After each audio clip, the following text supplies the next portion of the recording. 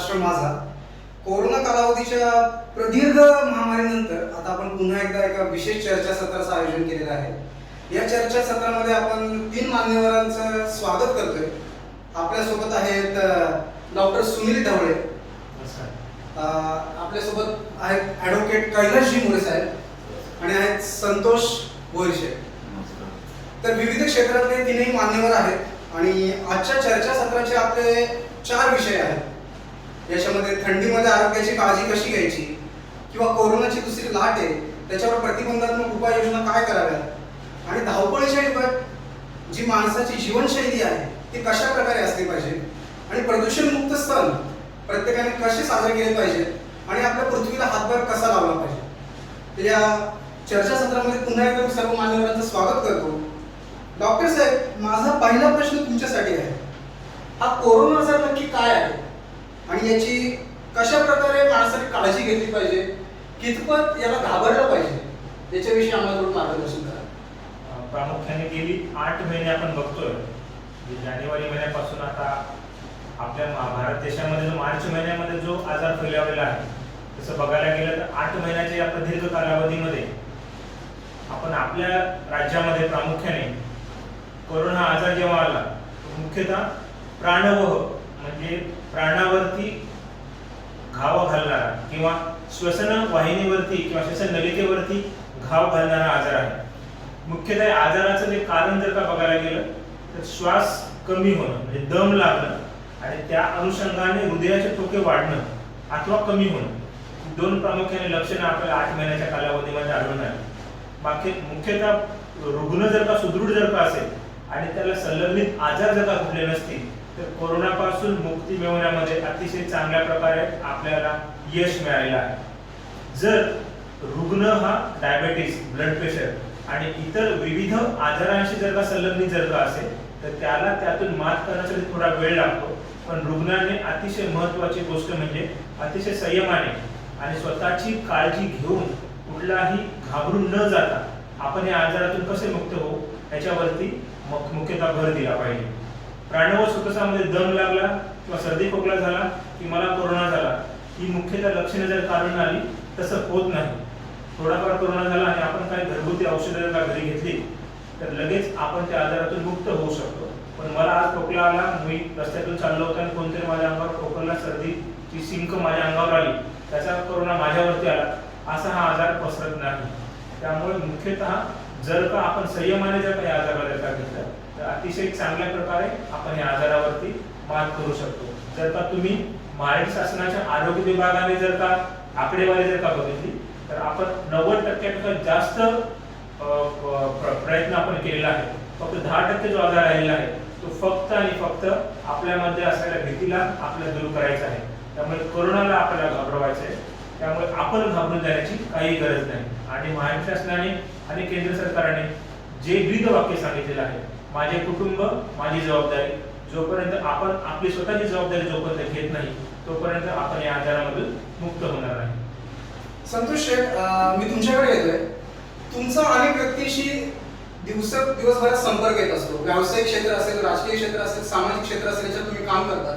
तुमचा अनेक लोकांशी संपर्क येतो. तर ह्या कोरोना कालावधीत तुम्ही स्वतःची खबरदारी काय घेतली किंवा तुमच्या आसपासचे कर्मचारी असतील, कुटुंब असेल, मित्र वगैरे असतील, त्यांची तुम्ही काय खबरदारी घेतली त्याच्याविषयी सांगा. सर्वांनी पहिल्यांदा खबरदारी म्हणजे सुरक्षित अंतर. ज्या वेळेला कोरोनाच्या महामारीमध्ये प्रचंड जगामध्ये जेव्हा हँडल करता गेला तेव्हा शासनाने ज्या गाईडलाईन्स दिल्या होत्या त्या गाईडलाईन्समध्ये कंपल्सरी मास्क लावला पाहिजे, सुरक्षित अंतर आणि हात स्वच्छ करणे, या सगळ्या ज्या गोष्टी त्या प्रत्येकाने ह्या पाहिल्यानंतर त्यामध्ये आपण स्वतः काळजी घेतल्यानंतर आणि लॉकडाऊनचा आपण जो नियम सर्वांनी जो पाळला पाहिजे त्याप्रमाणे आम्ही सुद्धा तो पाळला. आणि अशामुळे स्वतःची हिंमत आणि स्वतः आपण काळजी घेतल्यानंतर आज आपण जर बघितलं तर आता आपल्या महाराष्ट्राची आणि देशाची रिकव्हरी रेट चांगला आहे. त्याच्याकरता सर्वांनी त्याची खबरदारी घेतली आणि भीती जी निर्माण झाली ती भीतीचं जे सावट आहे ते दूर झालेलं आहे. आणि आता सुद्धा जी दुसरी लाट सांगितली जाते त्यामध्ये सुद्धा आता आपण जे पूर्वीचे जसे नियम पाळले त्याच पद्धतीने 100% कोरोना मुक्त होईपर्यंत आपण जर असे जर नियम पाळले तर कोरोनावरती आपण यशस्वीपणे मात करतो. वकील साहेब, अनेक वेळा आपल्याकडे लोक येत असतात ऑफिसला. तुम्ही एक ॲडव्होकेट आहात, तुमचाही संपर्क लोकांशी प्रचंड प्रमाणात होत असतो. तुम्ही एक सामाजिक कार्यकर्ते सुद्धा आहात. विद्यार्थी सम्यक आंदोलन असेल किंवा इतर सामाजिक क्षेत्र जे असतील त्याच्यामध्ये तुमचा सहभाग हा नेहमीच असतो. तुमचाही लोकांशी संपर्क येतो. तुम्ही ह्या कालावधीत तुमची स्वतःची काय खबरदारी घेतली त्याच्याविषयी सांगा. आता मार्च पासून आपण पाहिलं असेल आपल्याकडे देशभरामध्ये कोरोनाच्या निमित्ताने लॉकडाऊन होता आणि मार्च पासून आता आम्ही सोशल फील्डमध्ये काम करत असल्या कारणाने आम्ही अनेक लोकांना मदतीच्या निमित्ताने सामोरे जात होतो. पण हे करत असताना जे गाईडलाईन्स दिलेले आहेत, WHO ने दिलेले आहेत, आपल्या भारत सरकारने जे दिलेले आहेत, महाराष्ट्र सरकारने जे गाईडलाईन्स दिलेले आहेत, तर त्या गाईडलाईन्सनुसार आम्ही लोकांच्या समोर जात असताना मास्क घालणं, सॅनिटायझर बरोबर ठेवणं किंवा समजा आम्ही ऑफिसला काम करतोय, अनेक पक्षकार येतात खेडोपाड्यातून, तर ह्या लोकांसाठी सॅनिटायझर त्यांना हे करणं, त्यांना इन्स्ट्रक्शन देणं मास्क घाला म्हणून, आपण स्वतः मास्क घालून राहायचं.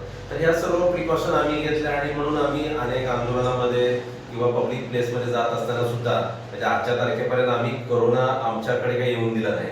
त्याचं कारण असं ज्या गोष्टी प्रायमरी आपण दक्षता घेतल्या पाहिजे होत्या त्या आम्ही घेतल्या. आणि महत्वाचं म्हणजे काही काढे वगैरे जे होते जे आज पण आपण घेतोय, तर दिवसभरामध्ये गेल्यानंतर मग डेटॉल टाका, त्याच्याने तुम्ही फ्रेश व्हा, पुन्हा गरम पाणी पिया.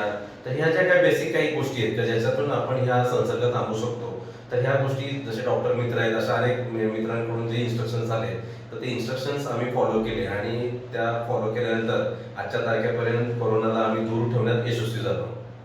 आणि लोकांनी सुद्धा आता पण अशा प्रकारची जर दक्षता घेतली तर मला वाटतं कुठल्याही प्रकारचा संसर्ग कोणाला होणार नाही. आता काही दिवसांपूर्वी सामाजिक कार्यकर्ते अशोक जंगले साहेब जे आहेत त्यांच्या मृत्यूची दुःखद घटना आपल्याला कळली. अशोक जंगले हे सामाजिक क्षेत्रात त्यांचं कार्य मोठे आहे. आदिवासी लोकांसाठी काही सुविधा उपलब्ध करून देणं झालं, यासाठी त्या अधिकाऱ्यांकडे पाठपुरावा करून त्या उपलब्ध करून देतो त्या गोष्टी. तर त्यांचं हृदयविकाराच्या तीव्र झटक्याने निधन झालं. डॉक्टर साहेब, माझा प्रश्न तुम्हाला असा आहे की आजच्या ह्या फास्ट जगात जिथे माणसाला एक सेकंदाची सुद्धा वाट बघावीशी वाटत नाही, अशा फास्ट जगात माणसाने स्वतःची काळजी कशी घ्यावी? म्हणजे सर्व काम असेल ते बाजूला थोडंसं सारून स्वतःसाठी वेळ कसा द्यावा, किंवा तुम्ही सुद्धा पेशंटकडे लक्ष देता देता किंवा डॉक्टर म्हणून तुमचं हॉस्पिटल सांभाळता स्वतःकडे आणि कुटुंबाकडे कशा प्रकारे लक्ष देता? कोरोनाचा कालावधी म्हणून देत किंवा रुटीन हॉस्पिटलमध्ये काम राहू देत, आपल्या त्रिसूत्री सांगितलेली आहे. ही त्रिसूत्री अतिशय महत्वाची आहे. SMS. एस म्हणजे काय, तर सेल्फ सोशल डिस्टन्स आपण मेंटेन करायचं आहे. म्हणजे 2 फुटाचं अंतर जे आहे ते 2 फुटाचं अंतर आपण महत्वाची गोष्ट पाळलं गेलं पाहिजे. M म्हणजे काय, तर मास्कचं परिधान केलं पाहिजे. तुमच्याकडे असणारा रुमाल असू देत, N95 मास्क असू देत किंवा 3 लेअरचा मास्क असू देत. आणि तिसरं आणि अतिशय महत्वाचं म्हणजे सॅनिटायझेशनचा वापर. ह्या 3 गोष्टींचा अवलंब केल्यामुळे जो जंतू संसर्ग जो आहे तो जंतू संसर्ग आपण सर्वांनी मिळून त्या कोरोनावर मात केली आहे. जसं माग तुम्ही म्हणालात, एक सुरुवातीपासून की लहानपणापासूनच आपल्या घरी एक इंग्लिशमध्ये हे आहे, प्रोवर्ब आहे, early to bed and early to rise make the man healthy and wise. म्हणजे जो लवकर उठे आणि लवकर निजेल त्याला आरोग्य संपदा भेटेल, असं आपली आजी सांगते. तर आपण ब्राह्ममुहूर्तावरती उठलं पाहिजे. ब्राह्ममुहूर्त म्हणजे काय, तर 4:30 वाजता उठून स्वतःची शरीराची काळजी घेतली पाहिजे. म्हणजे दिनचर्या, ऋतुचर्या ह्या 2 गोष्टी जरी आपण पाळलं तर आता जे जंगले साहेबांच्या बाबतीमध्ये झालं तर त्या बाबतीमध्ये त्या गोष्टीने जर का आपण प्रयत्न जर का केले असते, स्वतःचे शरीर आपल्याला काहीतरी सिग्नल देत असतं प्रत्येक वेळेला. ज्या वेळेला तुम्हाला आजार होत असतो त्यावेळेला शरीर सांगत असतं. म्हणजे आता कोरोनाचा कालावधी जर का बघायला जर का गेला तर तुम्हाला खोकला येतोय, तर ह्याच्या आधी जी लक्षणे आपल्याला दिसतात तर घसा खवखव करणं, डायरेक्ट कधीच खोकला सुरू होत नाही. त्यामुळे ज्या वेळेला घसा खवखवतोय त्यावेळेला घरीच जर का तुम्ही सिद्ध जलाचा वापर केला, सिद्ध जल म्हणजे काय की गुडूची चूर्ण मिळतं, गुडूची सत्वाचं पाणी जर का आपण तयार केलं आणि ते सिद्ध जल जर का आपण जर का पिलं तर अशा कंडिशन मध्ये आपण खोकला मध्ये जे घसा खवखवतोय त्या खवखवण्यामध्ये आपण मात करू शकतो. किंवा जर गरम पाण्यामध्ये साधं मीठ घालून जरी आपण जर का गुळण्या जर का केल्या तर आपण त्या आजारावरती मात करू शकतो. त्यामुळे कुठलाही आजार जो आहे तो लगेच आपल्या समोर येत नाही, त्यामुळे ती काहीतरी लक्षण दाखवत असतो. मग अशा वेळेला आपण ह्या दिनचर्या ऋतुचर्या आपण जर का योग्य प्रमाणे जर का पालन जर का केलं तर त्याचा अतिशय चांगला परिणाम आपल्या शरीरावर आढळून येतो. उदाहरणार्थ सकाळी उठल्याच्या नंतर शौचास जाणं. शौचास गेल्याच्या नंतर काही काही जणांना सवय असते की मी बिडी किंवा सिगारेट ओढल्याच्या नंतर तो संडासात जाईल. ही अतिशय चुकीची स्वतःला शरीराला जी घडण जी म्हणतो तशी केली गेली नाही पाहिजे. जो नॅचरल कॉल जो म्हणतो तो नॅचरल कॉल नुसारच आपण संडासला गेलं पाहिजे. काही काही वेळेला अशी सवय असते लोकांना की एक एक तासभर सुद्धा लोक संडास शौचास जाण्यासाठी वेळ घेतात. दुसरी महत्वाची गोष्ट काही स्त्रियांना सवय असते की जोपर्यंत मी मशीन लावत नाही तोपर्यंत मला संडासलाच येणार नाही. पण ते चुकीचं आहे. तर असा गैरसमज स्वतःचा करून घेऊ नका. त्यामुळे रात्री झोपताना जर तुम्ही एक ग्लास गरम दुधामध्ये एक चमचा तूप टाकून जर का पिलं तर अतिशय चांगलं विरेचन शरीरामध्ये होतं आणि तुपामुळे शरीरातील आतड्यांना असलेला जो मुलायमपणा किंवा जो स्निग्धपणा जो आलेला असतो तो स्निग्धपणा जास्त वाढतो आणि आपल्याला स्मूथली शौचास होतं. किंवा जर साधे काळे मनुके जरी खाल्ले तर ते काळे मनुक्याने सुद्धा आपल्याला शौचास साफ व्हायला मदत होते. जर तुमचं पोट व्यवस्थित असेल तर तुम्हाला कुठलाही आजार होणार नाही. त्यामुळे अतिशय महत्वाचं म्हणजे मी वैद्यकीय क्षेत्रामध्ये असू देत किंवा साहेब वकील असो किंवा उद्योग क्षेत्रामध्ये असो, मुख्यतः तुमचं आजार होण्यामागचं मेन कारण हे पोट आहे. त्यामुळे पोटाचे विकार कसे होणार नाही, आपण आपल्या पोटाला कसं काबीज राहू किंवा आपल्या जिभेवरती किंवा आपल्या आहारावरती आपला कंट्रोल कसा असेल त्या दृष्टीने आपण प्रयत्न करणं अतिशय महत्वाचं आहे. त्यामुळे पोट एकदा चांगलं असेल तर सगळ्या आजारावरती आपण मात करू शकतो. बरोबर डॉक्टर. मी सुद्धा एका ठिकाणी वाचलं होतं की पैर गरम पेट नरम सिर को रखो ठंडा घर में आए रोग तो मारो उसे डंडा. म्हणजे आपलं डोकं शांत राहिलं पाहिजे, पोट आपलं नरम राहिलं पाहिजे ज्याला आपण कोठा म्हणतो, आणि पाय आपले गरम राहिले पाहिजे. जर शरीराच्या विरुद्ध आपण गेलो तर निश्चितच शरीर आपल्या विरोधात जाणार आहे. संतोष, मी तुमच्याकडे येतोय. तुम्ही एक व्यावसायिक आहात, राजकारणातील तुमचा चांगला सहभाग आहे. तर ह्या सर्व गोष्टी मॅनेज करताना म्हणजे घरी कुटुंबाला वेळ देणं असेल किंवा स्वतःकडे लक्ष देणं असेल, तुमच्या मीटिंग्स असतात त्याच्यातूनही वेळ काढून तुम्ही स्वतः सुद्धा तुम्हाला गायनाची आवड आहे किंवा इतर बऱ्याचशा गोष्टी तुमचा सहभाग आहे, तुम्ही स्वतःसाठी वेळ कसा काढता आणि स्वतःकडे आरोग्याकडे लक्ष कसं देता? गेल्या 48 वर्षामध्ये सर्वसामान्य लहानपणापासून आतापर्यंत एवढं वर्ष होत असताना गेल्या 48 वर्षामध्ये शरीराकडे नेहमी दुर्लक्ष झालं. परंतु शरीराकडे दुर्लक्ष होत असताना बीपी असेल, शुगर असेल, याच्यापासून मी नेहमी मुक्त राहिलो. परंतु माझं ओव्हरवेट झालं. म्हणजे जवळजवळ माझं लॉकडाऊनच्या अगोदर 96 किलो होतं. त्याच्यानंतर मे महिन्यामध्ये ते 90-91 पर्यंत. आता माझं वजन आहे 78 ते 80 अशा दरम्यान. जवळजवळ 16 ते 17 किलो वजन मी ह्या लॉकडाऊनच्या कालखंडामध्ये मी केलं. आता काही अर्थाने कोरोनामध्ये मला जो वेळ मिळाला, म्हणजे जो दैनंदिन जीवनामध्ये आपली लाईफस्टाईल कशी चेंज केली पाहिजे. यापूर्वी वेळेवरती झोपणं नाही, वेळेवरती उठणं नाही, वेळेवरती जेवणं नाही, कधी जास्त प्रमाणात चहा घ्यायचा. आणि लॉकडाऊनमध्ये सोशल मीडियावरती, यूट्यूबवरती जे प्रोफेशनल डॉक्टर्स आहेत किंवा डायटिशियन आहेत यांच्याकडून मी जे शिकलो, त्याच्यामध्ये डॉक्टर विश्वरूपराय चौधरी असतील, डॉक्टर विमेल छाजेर असतील, डॉक्टर जगन्नाथ दीक्षित असतील, यांचं जे डाएट प्लॅन आहे त्या डाएट प्लॅनचा मी पुरेपूर त्याचा अवलंब केला. म्हणजे माणसाला किती कॅलरीज लागतात, आपण काय खाल्लं पाहिजे, आणि भाज्या, फळं, कार्बोहायड्रेट, प्रोटीन, फॅट याचं गणित मांडल्याच्या नंतर मुख्य म्हणजे योग्य वयामध्ये आल्याच्या नंतर तुम्ही त्याच्यानंतर 30 वर्षाच्या नंतर तुम्ही तुमचं स्वतःचं लाईफस्टाईल चेंज केलं पाहिजे. आज जर बघितलं तर माझे मित्र प्रवीण पाटील असतील, त्याच्यामध्ये पत्रकार संतोष पवार असतील, आत्ताच मागच्या आठवड्यामध्ये आपल्याला सर्वांना सोडून गेलेले अशोकराव जंगले असतील.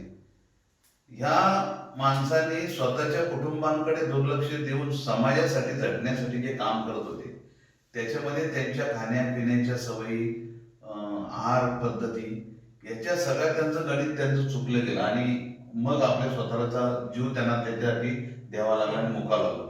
म्हणून मी एवढंच सांगेन तुम्हाला की प्रत्येक माणसाने कुठलाही आजार असू द्या, आहार हाच औषध म्हणून जर आपण जर त्याच्याकडे जर बघितलं आणि आपल्या शरीराला एक्सरसाइज जर आपण चांगल्या प्रकारे दिला.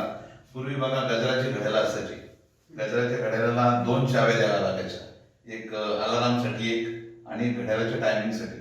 आणि जर त्या चाव्या जर दिल्या नाही तर ते घड्याळ बंद पडायचं. आपल्या शरीराची पण रचना आणि शरीराची सुद्धा परिस्थिती तशीच आहे. आपल्या शरीराला नियमित आपण एक्सरसाइज दिला पाहिजे आणि आपण आपल्याला लागणाऱ्या कॅलरीज, समजा मी आता मला 2000 कॅलरीज लागतात, तर मी 2000 कॅलरीज मध्ये जवळजवळ 1600 कॅलरीजचा आहार मी घेतला पाहिजे. आणि पहिली गोष्ट म्हणजे आपल्या शरीराला आपलं शरीर स्वतः ग्लुकोज तयार करत असतं आणि फॅट पण तयार करत असतं. आणि जर आपल्या शरीरामध्ये ते अगोदर जर वाढलेलं असेल तर बाहेरून आत घेण्याची काही गरज नाही. आणि कार्बोहायड्रेट आपण का कमी केला पाहिजे, तर कार्बोहायड्रेट मध्ये जे सगळे जे कडधान्य वगैरे येतात आणि भात भाकरी ज्वारी बाजरी येतात, याच्यामध्ये अदृश्य साखर आहे. अदृश्य साखर तुम्ही जर जास्त घेतली आहारातून आणि मग आपली बॉडी ग्लुकोज एक्स्ट्रा बनवते आणि एक्स्ट्रा ग्लुकोज जर बनवली तर त्याच्यामध्ये मग आपलं वजन वाढतं. म्हणजे यामध्ये बीपी असेल, शुगर असेल, मग हार्टचे जे काय आजार असतील ते आपल्या पाठीमागे लागतात. आणि म्हणून मी ह्या लॉकडाऊनच्या कालखंडामध्ये आहारावरती नियंत्रण ठेवलं, कार्बोहायड्रेट कमी केलं, फॅट कमी केलं आणि त्याच्यामुळे एक्सरसाइज मी जास्त केल्यामुळे माझं वजन सुद्धा नियंत्रित राहिलं. त्याच्यामुळे मी आता कोरोनाला घाबरू शकत नाही. डॉक्टर साहेबांनी जे सांगितलं का कोरोनाच्या बाबतीमध्ये शासनाने दिलेल्या किंवा WHO ने दिलेल्या ज्या गाईडलाईन्स आहेत आणि जी पार्श्वभूमी जी ज्या पद्धतीने आपण त्या जे प्रयत्न करायला पाहिजे, म्हणजे मास्क लावणे, हात धुणे, सुरक्षित अंतर ठेवणे, या सगळ्या जर गोष्टी केल्या तर कोरोनावरती आपण यशस्वीपणे मात करू शकतो. परंतु जे राज्यकर्ते, जे राजकारणात काम करणार आहेत, जे विधीमध्ये काम करणारे आहेत, डॉक्टर्स आहेत, सगळ्यांनी काटेकोरपणे लाईफस्टाईल चेंज केली पाहिजे. कारण मनुष्य हा किती जरी विद्वान असेल प्रत्येक क्षेत्रामध्ये, परंतु आपल्या स्वतःच्या शरीराच्या बाबतीमध्ये त्यांना जर स्वतःचं जर नॉलेज नसेल तर त्याच्यापुढे सर्व व्यर्थ आहे. म्हणून माझी सर्वांना कळकळीची विनंती आहे की यापुढे आपण कोरोनावर नाही, अशा कोरोनाचे 100% रोग आले कुठले तरी त्याच्यावर मात करू शकतो, परंतु आपल्या शरीराची रोग प्रतिकार शक्ती ही मजबूत असली पाहिजे. कारण गोळ्या मेडिसिन जेव्हा आपण घेतो त्या फक्त 10 ते 5% मेडिसिन काम करत असतात, परंतु 80% आपली स्वतःची बॉडी इम्युनिटी पॉवर ही मजबूत जर असेल तर कोरोनासारखे कितीही रोग जरी आले तरी आपण त्याच्यावरती मात करू शकतो असं मला वाटतं. संतोष शेठ यांच्या सांगण्यावरून एकच कळतं की त्यांनी त्यांच्या आहारावर योग्य ते नियंत्रण ठेवले. कोरोना काळात त्यांनी त्यांचं वजन कमी केलं, स्वतःच्या आरोग्याकडे पुरेपूर लक्ष दिलं. त्यामुळेच ते विविध क्षेत्रांमध्ये 24 तास, गरज पडल्यास 24 तास सुद्धा ते स्वतः ऑन दी स्पॉट सामाजिक क्षेत्रात काम करू शकतात, स्वतःच्या आरोग्यावर कोणताही परिणाम होऊ न देता. कारण त्यांनी स्वतःच्या शरीराची घडणच तशी करून ठेवलेली आहे स्वतःकडे लक्ष ठेवून. वकील साहेब, मी तुमच्याकडे येतोय. बऱ्याचदा तुम्हाला रात्रभर जागावं लागतं, लोकांच्या केसेसची स्टडी करायला लागते, दुसऱ्या दिवशी कोर्टात तारीख असते. हे सगळं मॅनेज करून तुम्ही तुमचं आरोग्य याच्यावर कसं लक्ष देता? आता डॉक्टर साहेबांनी शेट्टी पण सांगितलं का आता ही फास्ट लाईफ आहे आणि फास्ट लाईफच्या ह्याच्यामध्ये एकंदरीत बघितलं तर सर्वसामान्यांचं आरोग्य एक प्रकारचा धोक्यात आहे, त्याला अनेक फॅक्टर जबाबदार आहेत. आता आपण पाहिलं असेल का त्याच्यामधली कारणं जी आहेत म्हणजे ती आपण शोधली तर मला वाटतं हे आजार कमी होतील. एक तर कुठले ऑर्गॅनिक जे फूड्स आहेत ते कमी झालेले आपल्याकडे, म्हणजे आपण केमिकलचं सर्व फूड्स खातो ते एक त्याच्यातला कारणीभूत विषय. नंतर सोशल माध्यमे जी आहेत म्हणजे व्हॉट्सअप, फेसबुक याचा वापर अति प्रमाणात झालेला आहे, तर त्याच्यावर कुठेतरी आपण थोडीशी बंधनं आणली पाहिजेत, तर ते आम्ही अवॉइड करतो. राहिला प्रश्न आता आम्ही तिघे पण जे ज्या क्षेत्रामध्ये काम करतोय, वास्तविक बघायला गेलं तर आम्ही बसूनच काम करत असतो, पण ते करत असताना सुद्धा आता जे काही नवीन टेक्नॉलॉजीच्या माध्यमातून जी आता आरोग्याबद्दलची जी माहिती अवेलेबल आहे त्याचा पुरेपूर वापर करून बाबा आपल्याला किती चाललं पाहिजे, किती फॅट्स घेतले पाहिजे, किती फूड्स आपण आतमध्ये घेतलं पाहिजे, दिवसभरामध्ये किती खर्च केलं पाहिजे, तर हा सर्व डाटा कलेक्ट करून आपण त्या पद्धतीने आता तशा प्रकारचं मॅनेजमेंट करतो. मी पर्सनली पण तसं करतो. आता त्याच्यामध्ये वजन वाढणं किंवा ह्या गोष्टी, पण अति वजन वाढल्यानंतर जसं बॉडी सिग्नल देते तसं आपल्याला जाणवतं, मग ते जाणवल्यानंतर आपण थोडंसं वेट कमी केलं पाहिजे. किंवा आता आम्ही कोर्टामध्ये असताना दुपारचं जेवण अवॉइड करतो कारण आम्ही कामामध्ये असतो, पण दिवसभर जर समजा जसं यांनी सांगितलं का 2000 कॅलरीची गरज असताना जर मी उठल्यापासून नॉनव्हेज, दुपारी नॉनव्हेज, रात्री नॉनव्हेज आणि 3 ते 4000 जर कॅलरीज घेतल्या तर ऑब्विसली तुमचं शुगर, बीपी किंवा डायबिटीज या सर्व गोष्टी वाढणारच आहेत. तर याच्यासाठी काही गोष्टीचा आता कल्पना यायला लागलेली आहे आणि म्हणून आम्ही हे सर्व आहारावर थोडंसं नियंत्रण घेतलेलं आहे. आणि त्याच्यामध्ये एक ऍड म्हणजे मेडिटेशन मी करतो, विपश्यना.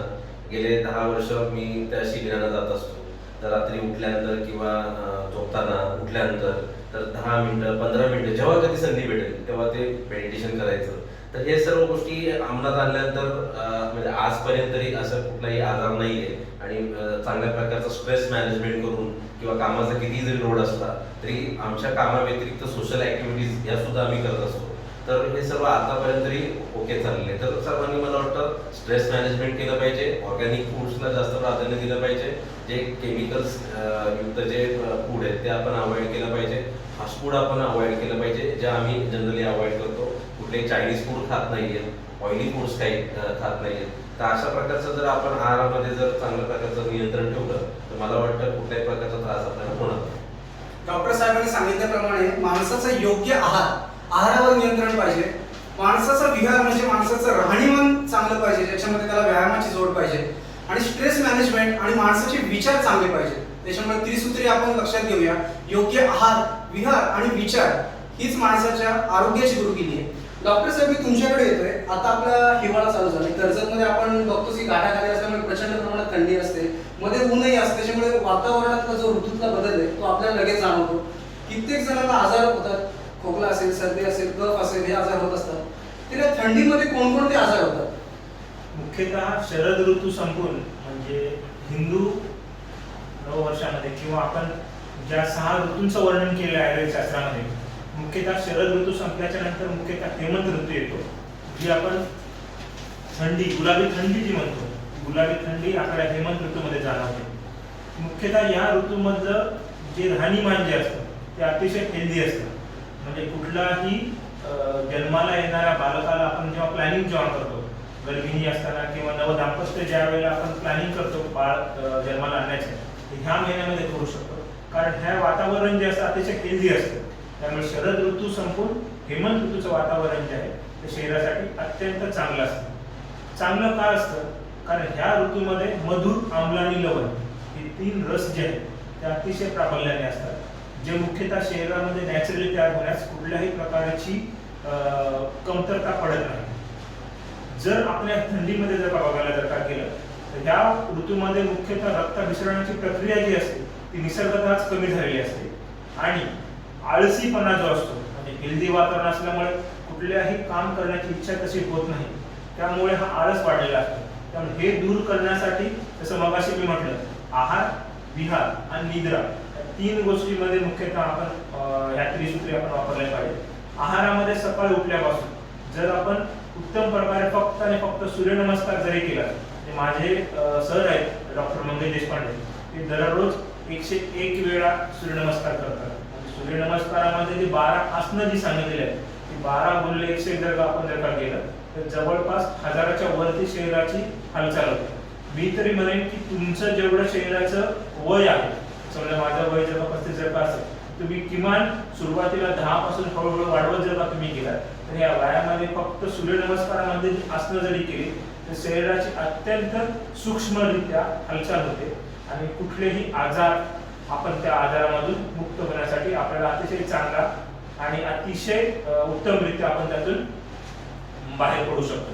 प्रत्येकच वेळेला प्रत्येकाला जिम मध्ये जाणं, लॉकडाऊनमध्ये जिम बंद होती किंवा ह्या गोष्टी सगळ्या बंद होत्या, पण आपण घरच्या घरीच जर का आपण सूर्यनमस्कार जर का अवलंब जर का केला तर मुख्यतः आपण व्यायामाद्वारे किंवा विहाराद्वारे त्या गोष्टी करू शकतो. चालणं म्हणजे मी अतिशय महत्त्वाची गोष्ट तुम्हाला आज ह्या महाराष्ट्र माझा चर्चासत्रामधून एक सांगू शकतो की चालणं हा शरीराचा कुठला व्यायाम नाहीये. हे तुम्ही अतिशय नीट आणि व्यवस्थित कान देऊ नये का की चालणं हा व्यायाम नाहीये. जेवढे जास्त तुम्ही चालाल तेवढे तुमच्या गुडघ्यांची जी झीज जी होते ते जास्त होते. काही जणांना सवय असते की नाही 2 किलोमीटर जास्त चालेल किंवा 3 किलोमीटर जास्त असेल, त्यापेक्षा तुम्ही तुमच्याच बिल्डिंग मध्ये किंवा तुमच्या घराच्या आजूबाजूला जे काही स्टेप्स जे असतात त्या स्टेप जरी तुम्ही 100 वेळा खाली चढ उतार जरी केला तरी तुमच्या पूर्ण म्हणजे मांडीचा जो भाग जो असतो तो पूर्ण चाल होते. चालताना तुमच्या पायाची हालचालही होत नाही. त्यामुळे मुख्यतः हे करत जर का असाल तर मुख्यतः तुम्हाला जेवढा घाम येईल तेवढा घाम येण्यापुरतं जर तुम्ही चालत असाल, जर का आजूबाजूला तुमच्या जर का गार्डन असेल तर सकाळी उठून जर का तुम्ही ते दव जे आपल्या त्या गवतावरती पडलेलं असतं त्या गवतावरती जर का तुम्ही चाललात आणि जर तुम्हाला त्यातून जर का घाम आला तर हे चालणं उत्तम आहे. पण नाही, मी समजा कर्जत स्टेशन पासून दहिवलीपर्यंत मी जर का चाललो आणि पुन्हा दहिवलीपासून पुन्हा कर्जत स्टेशन पर्यंत चालतो, तर त्याला कुठलाही व्यायाम मी तरी म्हणत नाही किंवा कुठलेही शास्त्र म्हणत नाही. त्याच्याऐवजी जर का तुम्ही गवतावरून चाललात तुमच्या आजूबाजूच्या किंवा यावरून, त्याच्यामुळे तुमच्या शरीरामध्ये जी उष्णता निर्माण झालेली असते ती गवत जे असतं म्हणजे कुश आपण जे म्हणतो, म्हणजे आयुर्वेद शास्त्रामध्ये गवताला कुश दर्भ असं म्हटलेलं आहे. ते दर्भ जे आहे तुमच्या शरीरामध्ये उष्णता शोषून घेतं आणि तुम्हाला चांगली पॉझिटिव्ह एनर्जी आणण्याला मदत करतं. जर का खाण्याच्या बाबतीमध्ये जर का बघितलं तर शरीरामध्ये या वेळेला थंडीचं प्रमाण हे वाढलेलं असतं. त्यामुळे बाजरीचा जर का अवलंब तुम्ही जर का केला खाण्यामध्ये, म्हणजे हेल्दी सीझन किंवा हेमंत ऋतूमध्ये जर का तुम्ही बाजरीचं प्रमाण जर का शरीरामध्ये जर का वाढवलं तर अतिशय चांगल्या प्रकारे शरीरामधील उष्णता नियंत्रित होण्यात आपल्याला अतिशय चांगला उपयोग होतो. दुसरं म्हणजे पाण्याच्या बाबतीत जर का म्हणलं तर पाणी हे नेहमी आटवून घ्यावं. म्हणजे 1 लिटर पाणी जर का तुम्ही उकळलं त्याचं प्रमाण जर का 750 ml जर का तुम्ही केलं तर ते सिद्ध जल आपण म्हणतो, साध्या प्रकारचं सिद्ध जल आहे. त्याच्यामध्ये समजा सुवर्ण असेल, काय काय वेळेला आपण सोन्याचं वळ जे लहान मुलांना आपण देतो की बुद्धी चाणाक्षी व्हावी किंवा चतुर मुलाची बुद्धी व्हावी यासाठी आपण सोन्याचं वळ आपल्या आजी आपला अगोदर उकळून द्यायचे. तसं वळ जर का तुम्ही ते पाणी 1 लिटरचं 750 ml पर्यंत जर का करून जर का पिलं किंवा साधं घरामध्ये सुंठ पावडर असते ते सुंठ पावडर जरी तुम्ही टाकली आणि त्याचं सिद्ध जल जर का तुम्ही पिलं किंवा साधी गोष्ट म्हणजे धन्याची पावडर जी आहे धन्याची पावडर जरी टाकून जरी ते तुम्ही सिद्ध जल जर का पिलं तर मूत्र वहनासारखे म्हणजे जे लघवीचे विकार जे होतात किंवा लघवीला किडीक लागणं किंवा जळजळ होणं या साध्या आजारामधून आपल्याला मुक्ती मिळू शकते. त्यामुळे सिद्ध जलाचा वापर तुम्ही करू शकता. अतिशय महत्वाची गोष्ट या थंडीच्या पिरियडमध्ये व्हिटॅमिन ई ची अत्यंत आवश्यकता असते. त्यामुळे तुम्ही सुक्या मेव्याचा जर का वापर जर का केला, सुक्या मेव्यामध्ये बदाम आहे, काजू आहे, अंजीर आहे, तुमचं जर्दाळू आहे, अशा प्रकारच्या सुका मेव्याचा वापर जर का केला तर शरीरातलं कोलेस्ट्रॉल जे आहे ते कोलेस्ट्रॉलचं प्रमाण जे आहे ते अत्यंत व्यवस्थित आणि नॉर्मलरित्या राहण्यात अत्यंत चांगला परिणाम आपल्याला सुक्या मेव्याद्वारे दिसून आलेला आहे. आणि कोलेस्ट्रॉलला जो माणूस घाबरेल असं नाही हे खाल्ल्यानंतर माझं कोलेस्ट्रॉल होईल, पण ह्या हेमंत ऋतूमध्ये किंवा या हिवाळ्याच्या सीझनमध्ये किंवा थंडीमध्ये कोलेस्ट्रॉल नियंत्रण ठेवण्यासाठी सुका मेवा जो आहे तो अत्यंत चांगल्या प्रकारे आपल्याला मदत करतो. दुसरी महत्वाची गोष्ट आहे की या हिवाळ्यामध्ये स्निग्धता कमी होऊन वृक्षता वाढलेली असते आणि शरीरातली ऊर्जा वाढणं आणि परत वृक्षता वाढणं अशा वेळेला आपल्या शरीरामध्ये स्निग्धता तयार करण्याचं काम जे आहे ते तेल आणि तूप आपण करतो. मी तुम्हाला अजून एक गोष्ट सांगतो की जेवढं तुम्ही रिफाइंड तेल वापराल, म्हणजे आजकाल टीव्ही मध्ये आपण बघतो की हे रिफाइंड तेल चांगलं आहे, पण मी तरी म्हणेल की कच्च्या घाण्याचं तेल जे होतं म्हणजे पूर्वापार जे घाण्यातून आलेल्या तेलाचा वापर जर का तुम्ही केला तर हृदयाचे विकार जे आहेत, म्हणजे आजकाल टुडी इको करून लगेच लोकांना कळतं की नाही आम्हाला एवढे ब्लॉकेजेस आहेत, तर कच्च्या घाण्याच्या तेलाचा वापर जर का तुम्ही चांगल्या प्रकारे केला तर ते तुम्हाला चांगलं होईल. किंवा आपण जसं म्हणतो की जास्त पॉलिश केलेले तांदूळ आणि जास्त रिफाइंड केलेल्या तेलाचा वापर हा शक्यतो कमी करावा. आपल्या कर्जतमध्ये सुद्धा ह्या रिफाइंड तेलापेक्षा जर का आपण कच्च्या घाण्या तेलाचा वापर जर का केला म्हणजे शेंगदाणा तेल अतिशय उत्तम शरीरासाठी. जेवढी जी बी वाले पदार्थ शेंगदाणा असेल, तुमचं सूर्यफुलाचं बी असेल या किंवा मोहरीचं बी असेल, ह्याचा वापर जर का तुम्ही केला तर त्या पॉईंट ऑफ व्ह्यू जे ब्लॉकेजेस शरीरामध्ये होतात त्याचा अतिशय चांगला उपयोग या कच्ची घाण्याचे तेल जे आपण म्हणतो घाण्यामधून जे तेल जे बाहेर पडतं त्याच्यामधून जर का केला तर अतिशय चांगला वापर किंवा परिणाम आपल्या शरीरावरती आढळून येतो. माणसामध्ये जेवल्याच्या नंतर खूप वेळा जास्त पाणी पिण्याची सवय असते, त्यामुळे आपण तसं करणं अपेक्षित नाहीये. म्हणजे आयदर तुम्ही आयुर्वेद शास्त्रामध्ये असं सांगितलेलं आहे की तुम्ही जेवणाच्या नंतर तरी किमान पाणी पिलं पाहिजे किंवा घासाघणीत तरी पाणी पिलं पाहिजे. भोईर साहेब आपले ते आहेत, जर का आपण कुठली बिल्डिंग ज्या वेळेला बांधतो त्यावेळेला सुरुवातीला आपण वीट रचतो, त्याच्यावरती मग रेतीचा माल रचतो आणि पुन्हा वीट रचतो. असं कधीच होत नाही की 10 विटा ठेवल्या आणि त्याच्यानंतर माल टाकला तर तो बेस आपल्याला तयार होत नाही. तशाच प्रकारे जर का तुम्ही घासाघणीत जर का पाणी जर का पिलं ते सुद्धा जर का कोमट पाणी जर का असेल ते अन्न पचवायला अतिशय चांगला परिणामकारक ठरतं. किंवा जर तुम्ही जेवणाच्या नंतर किमान अर्ध्या तासानंतर जर का पाणी जर का पिलं तर शरीरामध्ये जे लाळास्राव असतो आणि शरीरामध्ये जे काही केमिकल कंपोजिशन जे असतं ते शरीरातील केमिकल कंपोजिशन ते अन्न पचवण्याला अतिशय चांगला परिणाम करतं. आणि पाणी जे आहे ते बाइंडिंग एजंट म्हणून काम करत असतं. म्हणजे आपल्याकडे सवय अशी असते की मी जास्त पाणी पिले की मला संध्याकाळ साफ होईल, तर असं काहीही नाही. शरीरातील अन्न पचवण्यासाठी तुम्हाला अन्नाची आवश्यकता असते, पण शरीरामधून मलभाग बाहेर काढण्यासाठी तुम्हाला तेलाची आणि तुपाची आवश्यकता असते. त्यामुळे शरीरामध्ये स्निग्धता जेवढी तुम्हाला वाढवता येईल तेवढं अतिशय चांगलं काम तेल आणि तूप करतं. मग ते गाईचं असू देत किंवा मग म्हशीचं असू देत. त्यामुळे त्या तेलाचा अवलंब किंवा तुपाचा अवलंब तुम्ही चांगल्या प्रकारे जर का केला तर शरीर उत्तम आणि व्यवस्थित राखण्यामध्ये अतिशय चांगला परिणाम आपल्याला आढळून येतो. म्हणजे माझ्या आजी आजोबांपासून जर का तुम्ही बघला तर जेवणामध्ये जेवढं तुम्ही चांगलं तेल आणि तुपाचा वापर जर का कराल, आता जर का आपल्या घरातल्या पिढीजात माणसांची जर का त्वचा जर का तुम्ही जर का बघितली तर ते अतिशय तुकतुकीत आणि चांगली असते. आणि आता जन्मलेल्या बाळाचं जर का तुम्ही त्वचा जर का बघितली ते ड्राय असते. ते का असतं की त्यांना पूर्वपार जे अन्न बनवण्यासाठी आवश्यक असणाऱ्या विधी आणि त्यांच्यासाठी वापरलेल्या तेल आणि तुपाचा वापर ते अतिशय चांगल्या प्रकारे करतात. त्यामुळे ह्या पिरियडमध्ये जर का तुम्ही तेला तुपाचा वापर जर का चांगला केला तो अतिशय चांगला परिणाम शरीरावर होऊन येतो. दुसरी महत्वाची गोष्ट, साखरेपेक्षा गुळाचा वापर तुम्ही करा. म्हणजे काही काही वेळेला सवय असते की पाहुणे जर का घरात आले किंवा साहेबांचं भोईर साहेबांचं किंवा मोरे साहेबांच्या ऑफिसमध्ये आले की प्रत्येक वेळेला क्लायंट जो असतो की चहा घ्या, चहामध्ये किमान जर का तुम्ही साखरेऐवजी जर का गुळाचा वापर जर का केला तर केमिकल सिक्रेशन शरीरामध्ये जे डायरेक्ट लिव्हरवरचे जे परिणाम जे करतं ते गुळापेक्षा उत्तम औषध आपल्या शरीरामध्ये किंवा आपल्या समाज जीवनामध्ये चांगलं आहे. तुमचं आता गुळ पाणी जरी घेतलं म्हणजे अगोदरच्या वेळेला कसं होतं की प्रत्येकच घरात चहा बनत नव्हता. म्हणजे पाहुणे जेव्हा असले यायचे त्याला आपण गुळ पाणी द्यायचो. म्हणजे गुळ पाण्याने समोरच्या माणसाची तहान पण भागायची. आणि जसं साहेबांनी जेव्हा सांगितलं की शरीरामध्ये जे आपल्याला ठराविक कालावधीमध्ये किंवा ठराविक लिमिटमध्ये जे कॅलरीचं प्रमाण जे असते ते गुळामुळे ते परिणाम आपण त्या लेवल पर्यंत जाण्यामध्ये आपल्याला अतिशय चांगला उपयोग ह्या गोष्टीमध्ये होतो. त्यामुळे गुळाचा वापर तुम्ही चांगल्या प्रकारे करा की जेणेकरून शरीराची कॅलरीची जी कमतरता जी आहे ती कमतरता कमी वाढण्यास किंवा ठराविक कालावधीपर्यंत नेण्यासाठी अतिशय चांगला उपयोग होतो. कार्बोहायड्रेट, प्रोटीन आणि फॅट्स या तीन गोष्टी अतिशय महत्वाच्या आहेत. तुम्हाला कळालं पाहिजे की प्रोटीन कशातून मिळते, कार्बोहायड्रेट कशामधून मिळते आणि फॅट कशातून मिळते. म्हणजे मांसाहाराचं हे जो अवलंब जो आहे आपण हेमंत ऋतूमध्ये करू शकतो. पण मांसाहार करताना सुद्धा जे आपल्या पिढीजात आपण जो मांसाहार करत असतो म्हणजे समजा नॉनव्हेज मध्ये जर आपण चिकन किंवा मटन जर का बघायला जर का गेलं तर ते शिजवत असताना आपण जे शिजवत असताना जे पाणी जे म्हणतो किंवा जो सार भाग जो म्हणतो तो सार भाग जरी खाल्ला तरी सुद्धा ते अतिशय चांगला परिणाम आपल्या शरीरावरती होतो. मी तर म्हणेन की जर का सार भागच खाल्ला पाहिजे. कारण तो सार भाग पिल्याच्या नंतर जे उरलेलं जे मांसल भाग जो असतो त्या मांसल भागाला फक्त आणि फक्त त्या मसाल्याची चव असते. त्यामुळे ते आपण आवडीने करतो. आजकालच्या जमान्यामध्ये चायनीज प्रोडक्ट किंवा लॉलीपॉप किंवा बाकी तत्सम नॉनव्हेजचे प्रकार जे असतील ते कृपया शक्यतो टाळा.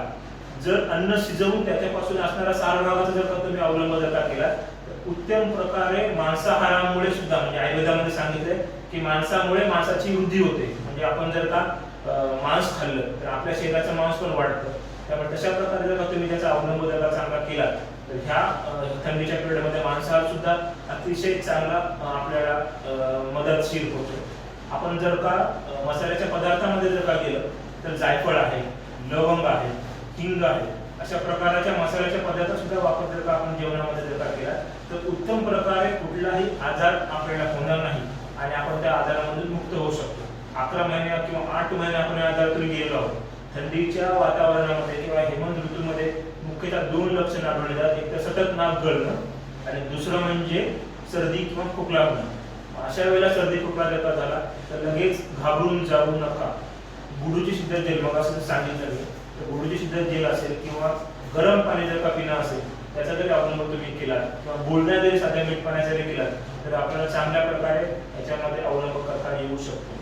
दुसरी महत्वाची गोष्ट आहे की पंचकर्माचा अवलंब तुम्ही जर का केला म्हणजे पंचकर्म ह्या सीझनमध्ये जर का तुम्ही करून घेतलं. पंचकर्मामध्ये 5 गोष्टी असतात. स्नेहस्वेदन असतं, विरेचन असतं, बस्ती, वमन आणि रक्तमोक्षण ह्या 4-5 गोष्टी असतात पंचकर्मामध्ये. त्याच्यामध्ये स्नेहस्वेदन या 2 गोष्टीचा अवलंब जर का केला आपण तर अतिशय चांगल्या प्रकारे आपल्याला त्याचा उपयोग आणि शरीरावरती परिणाम दिसून येतो. दिवाळीच्या कालावधीमध्ये आपण बघितलेलं आहे की अभ्यंग स्नान केलं जातं. शरीराचा ड्रायनेस हा वाढलेला असतो आणि तो ड्रायनेस कमी करण्यासाठी आपण अभ्यंग करतो. म्हणजे शास्त्रशुद्ध पद्धतीने आपण तेलाचा वापर करतो की जेणेकरून रोमामध्ये आपण तेल म्हणजे शरीरावरचे जे केस जे असतात त्या केसाच्या मुळाशी आपण तेलाचा जर का चांगला परिणाम करून जर का शरीराची जर का मालिश जर का केली त्याला आपण अभ्यंग म्हणतो. त्या अभ्यंगाचा वापर जर का तुम्ही जर का केला त्याला आपण स्नेहही म्हणूया आयुर्वेदामध्ये. तर ते जर का तुम्ही केलं तर अतिशय चांगल्या प्रकारे तुम्ही या थंडीच्या कालावधीमध्ये त्वचेची काळजी घेऊ शकाल. त्यामुळे स्नेक सिद्धनाश तुम्ही वापर करा.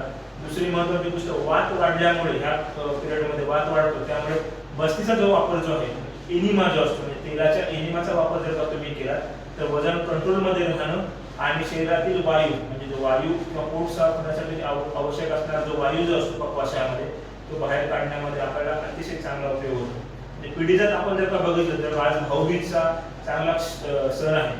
तर लहानपणापासून मी माझ्या आजीपासून माझ्या आईपर्यंत आपण एक वाटीमध्ये तेल घेतो, त्याच्यामध्ये लसणाची पाकळी घालून ते तेल जर का उकळलं आणि ते जर का कर्णपूरण जर का आपण जर का केलं त्या कर्णपुराणामुळे सुद्धा अतिशय चांगला परिणाम आपल्या शरीरावरती होतो.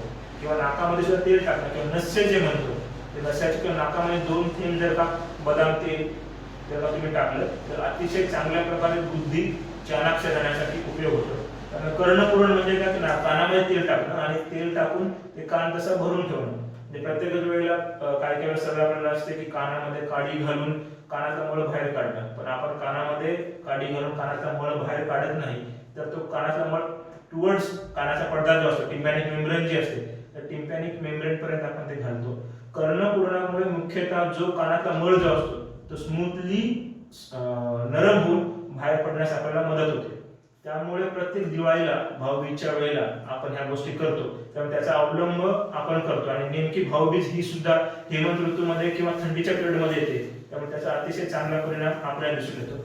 अजून एक महत्वाची गोष्ट, तुम्ही लसणाची चटणी जी असते, लसणाची चटणी आणि बाजरीची भाकर या 2 गोष्टींचा जरी अवलंब तुम्ही जर का केला तर अतिशय चांगला उपयोग आपल्याला ह्या थंडीच्या पिरियडमध्ये दिसून येतो. त्यामुळे आपल्याला थंडी जशी चांगलं शरीराला असते तशीच प्रकारे जाठराग्नी कमी झाल्यामुळे आजार होणार नाहीत. आणि मी जेवढे आता तुम्हाला जी उदाहरणं सांगितली त्यांचा अतिशय चांगल्या प्रकारे जर का तुम्ही अवलंब जर का केला तर अतिशय चांगल्या प्रकारे तुम्ही कोरोनाला काय तर सगळ्या आजारावरती मात आपण करू शकतो. त्यामुळे आयुर्वेदाचा अवलंब तुम्ही आपल्या जवळच्या नजीकच्या उत्तम आणि शिकलेल्या वैद्यांकडून जर का तुम्ही त्याची काळजी जर का घेतलीत आणि त्याचा अवलंब जर का केला तर अतिशय चांगलं आरोग्य आपल्याला लाभू शकतं, असं मी या दिवाळीच्या या शुभ मुहूर्तावरती आपल्याला ग्वाही देऊ शकतो. नक्कीच डॉक्टर साहेब, तुम्ही सांगितल्याप्रमाणे जर हिवाळ्यामध्ये आरोग्याची दर्शकांनी काळजी घेतली, सर्वांनी तुम्ही सांगितल्यानुसार सर्व नियम जर फॉलो केले तर नक्कीच सर्वांचं आरोग्य चांगलं राहणार आहे. मोरे साहेब, मी तुमच्याकडे येतोय. आता युरोप कंट्रीज झाल्या, युरोपीय देश झाले किंवा इतर देश झाले, तिथे कोरोनाची दुसरी लाट येते. निश्चितच नागरिकांनी तिथे काळजी घेतलेली नाही. जे शासनाने किंवा त्यांच्या सरकारने घातलेले नियम आहेत ते त्यांनी पाळले नाही, त्याच्यामुळे त्यांच्या इथे कोरोनाचा प्रादुर्भाव वाढतोय. त्याच्यामुळे त्यांच्या इथे कोरोनाची दुसरी लाट येते. आता भारतामध्ये तुम्ही आता लोकांमध्ये वावरत असतात, लोक कितपत सर्व नियम पाळतात आणि भारतामध्ये ही परत लाट येण्याची शक्यता आहे? आता आपण पाहिलं असेल एकंदरीत आता जी दुसऱ्या लाटेची जी चर्चा आहे म्हणजे बाकी अनेक फॉरेन कंट्रीजमध्ये हे आकडे यायला लागलेले. काही देशांमध्ये पुन्हा नव्याने लॉकडाऊन करण्याची चर्चा सध्या सुरू आहे. किंवा आपण दिल्लीचं उदाहरण पाहिलं का आता तिथं दर दिवशी 1000-500 अशा संख्येने आकडा वाढत चाललेला आहे. म्हणजे कारण त्याचं कारण असं आहे का थंडी वाढते आणि थंडीमध्ये जसं डॉक्टर साहेबांनी सांगितलं का सर्दी आणि ह्या संसर्ग वाढण्याचे जे आजार आहेत याचं प्रमाण वाढू शकतात. आता झालेलं काय का गेल्या 2-3 महिन्यामध्ये आपण बघतोय का अनलॉक एक प्रोसिजर सुरू झालेली आहे. आता त्याच्यामध्ये पण पर्याय नाहीये, कारण अनेक लोक गेले 5-6 महिने घरामध्ये बसून आहेत, कामधंदे बंद आहेत आणि अनलॉकच्या प्रोसेसमध्ये आता आजच आपण पाहिलं असेल आज मंदिरं उघडी झालेली आहेत किंवा आता हा फेस्टिवल सुरू आहे. तर ह्या सर्व ह्याच्यामध्ये लोकांनी आता बाहेर निघताना तर काही दक्षता घेतल्या पाहिजे. जसं आता आम्ही सुद्धा गेले 7-8 महिने काम करतोय लोकांमध्ये, पण तुम्हाला प्रिव्हेंटिव्ह म्हणून काय केलं पाहिजे, मास्क घालणं, सॅनिटायझरिंग करणं किंवा लोकांची जो बोलतात ना एक फिजिकल डिस्टन्सिंग, सोशल डिस्टन्सिंग, ते सर्व जर मेंटेन केलं तर मला वाटतं दुसरी काय तिसरी लाट जरी कुठली चर्चा असेल तरी आपण ती थांबवू शकतो. आता याच्यामध्ये दुसरा एक भाग आहे म्हणजे लस कधी येते किंवा जर ती लस किंवा त्याच्यावर काही ठराविक औषध आहेत. तर आता एकंदरीत जर पाहायला गेलं तर डॉक्टरांना सुद्धा आता मगाशीच आमची चर्चा झाली तर मार्च किंवा मेच्या दरम्यानचं कदाचित डॉक्टरांना ती आयडिया नव्हती कशी ट्रीटमेंट करायची, पण आता एकंदरीत अंदाज झालेला आहे का लंग्सला बाबा आपण काय उपचार केले पाहिजे, कुठली इंजेक्शन कुठली औषध दिली पाहिजे. तर ह्याच्यामध्ये डॉक्टरांना सुद्धा अंदाज आलेला आहे का ह्या कोरोनाला कसं ट्रीट करायचा. इव्हन लोकांना सुद्धा अंदाज आलेला आहे का आपण प्रायमरी स्टेजला कसा आजार थांबवू शकतो. तर मला वाटत नाही का दुसरी लाट भारतामध्ये मोठ्या प्रमाणात येईल, पण तरी सुद्धा आपण एक बोलतो ना इंग्लिशमध्ये म्हणे prevention is better than cure. तर आपण ती येण्याची वाट बघण्यापेक्षा ज्या गाईडलाईन्स आहेत शासनाच्या, का मंदिरे उघडे झालेली आहे, दुकानं उघडी झालेली आहेत, व्यापार उघडं झालेले आहे, सर्व जरी ओपन झालंय तरी हे होत असताना जितकं आपल्याला फिजिकल डिस्टन्सिंग ठेवता येईल तेवढं ठेवलं पाहिजे. कारण लोकांनी पहिल्यांदा एक गोष्ट लक्षात घेतली पाहिजे, हा संसर्गजन्य आजार आहे. कारण आपण ज्या व्यक्तीच्या जो इन्फेक्टेड असेल त्या सानिध्यात आल्यानंतर तो आजार वाढणार आहे. तर आपण त्या सानिध्यात जाताना काही गोष्टीची आपण दक्षता घेतली पाहिजे. म्हणजे आपण हॉटेलला जातोय तर हॉटेलला जात असताना आपण तिथं बसताना काही दक्षता घेतली पाहिजे. गर्दी असेल तर अवॉइड केलं पाहिजे. आता मी मध्ये दिल्लीला जाऊन आलो तर अनेक फ्लाईटनी तशा प्रकारची अरेंजमेंट केली. जसं आता आम्ही 3 जण बसलोय तर मधल्या सीटला त्यांनी एम्प्टी ठेवलेलं, म्हणजे ती त्या सीटवर त्यांनी पॅसेंजर ठेवलं नाही. रेल्वेमध्ये सुद्धा तशीच व्यवस्था आहे. तर आपण सार्वजनिक प्रायव्हेट समजा गाडीने कुठं जर जात असू तर ती सुद्धा दक्षता जर आपण घेतली तर बऱ्यापैकी ही जी काही लाट किंवा जी काही चर्चा सुरू आहे ती आपण थांबवू शकतो. आणि ती दक्षता मला वाटतं आपण सर्वांनी घेतली पाहिजे आणि प्रत्येकाचं कर्तव्य आहे. संतोष, मी तुमच्याकडे येतोय. तुम्ही एक बांधकाम व्यावसायिक आहात. कोरोनाची जेव्हा पहिली लाट आली तेव्हा उद्योगधंद्यांवर परिणाम झाले. मोठे मोठे बिझनेस मॉडेल होते ते कोसळून पडले, लोकांचा रोजगार गेला.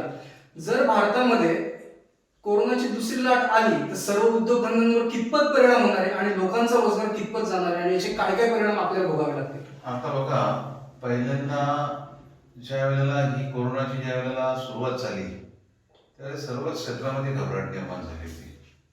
त्यामध्ये बिल्डिंग व्यवसाय असेल किंवा माझा उद्योग असेल, सर्वच जे आपल्या महाराष्ट्रामध्ये देशामध्ये जे उद्योग आहेत त्या उद्योग क्षेत्रांमध्ये जी काम करणारी जी माणसं आहेत, कारपेंटर पासून सुतार, गवंडी, अनेक जी बिल्डिंग क्षेत्रामध्ये लागणारी जी कामगार जे सगळे जे आहेत त्यांच्यामध्ये घबराट निर्माण अशी झाली की स्वतः मालक मुंबईमध्ये राहणारा असेल, पुण्यामध्ये राहणारा जर असेल किंवा कर्जतला राहणारा असेल की मालकच त्यावेळेला घराच्या बाहेर पडत नव्हता. म्हणजे प्रश्न त्यावेळेला आर्थिक संकट ह्या कामगारांच्या बरोबर आल्याच्या नंतर म्हणजे प्रत्येक आपला जीव मुठीत घालून आपापल्या गावाला जाण्याचा प्रयत्न करत होता. परंतु आता परिस्थिती पूर्णपणे बदललेली आहे. रिकव्हरी रेट हा चांगल्या प्रकारे आहे. त्यामुळे आता कामगार यांची आवक आता वाढलेली आहे. आता कोरोना बरोबर जगायला प्रत्येक माणसाने त्याची मनस्थिती तयार केलेली आहे, मानसिकता आता ती झालेली आहे. त्यामुळे आता भविष्य काळामध्ये जरी दुसरी लाट जरी आली तरी प्रत्येक जण आपापली जबाबदारीने त्या ठिकाणी कोरोनावर मात यशस्वी करण्यासाठी त्या पद्धतीने कामकाज करणारच आहे. परंतु सुरुवातीच्या कालखंडामध्ये जी घबराट झाली आणि जी आरोग्याची माचली होती ती आता दुसरी लाट जरी आली तरी त्याच हिमतीने प्रत्येक माणूस आता त्या गोष्टीला सामोरं जाणार आहे. त्यामुळे आता आर्थिक परिस्थितीवरचं सावट वगैरे हे आता थोतांडे, आता काय त्याच्यावरती कोण घाबरणार नाही. कारण आता मनाची तयारी झालेली आहे, प्रत्येकाची इम्युनिटी आता तयार झालेली आहे, रोगप्रतिकार शक्ती आता जागृत झालेली आहे. त्यामुळे कोरोनावरती आपण मात करणार. परंतु हे सगळ्या करत असताना अजून ज्या गाईडलाईन त्या सरकारने आपल्याला दिलेल्या आहेत कोरोनाच्या बाबतीमध्ये त्या काटेकोरपणे आपल्याला ह्या पालन करावेच लागतील, प्रत्येकाने करावे लागतील.